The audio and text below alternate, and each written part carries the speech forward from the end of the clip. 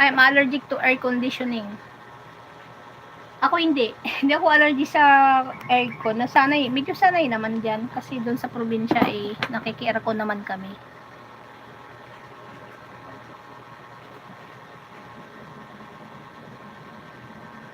Wag ka lang kasi tumutok. Wag masyadong pag lumamig na, i-fan mo na lang. Sarap kaya matulog pag malamig. Kagabi grabe, balisa na naman ako.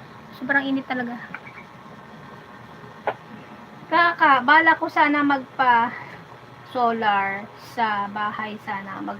Ang mahal kasi pang install na sa 39K. Depende sa laki. Depende sa laki at lawak.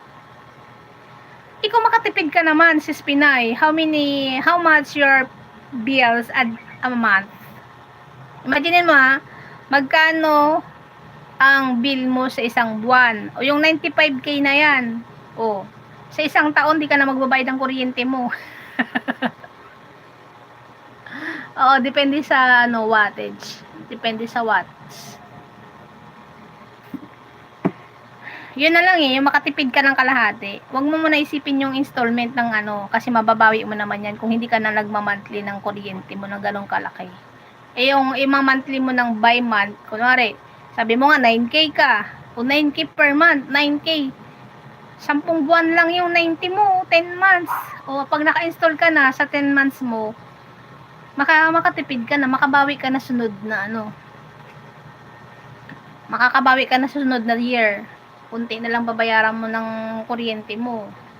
Meron ka namang babayaran kasi hindi naman pwedeng wala kang bill. Pero yung less na mababayaran mo, malaki ang bawas.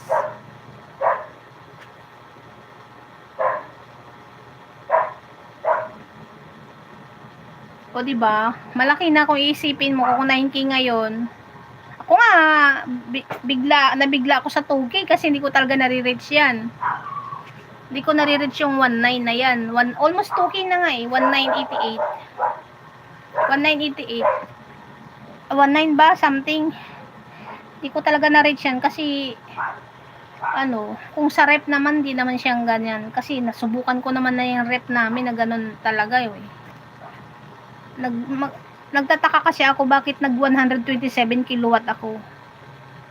Kung nagmahal sana yung bill, nagmahal sana yung per kilowatt ng kuryente, mamimaintain ako ng below 100 kilowatt. Kasi yun lang ang consume ko every month.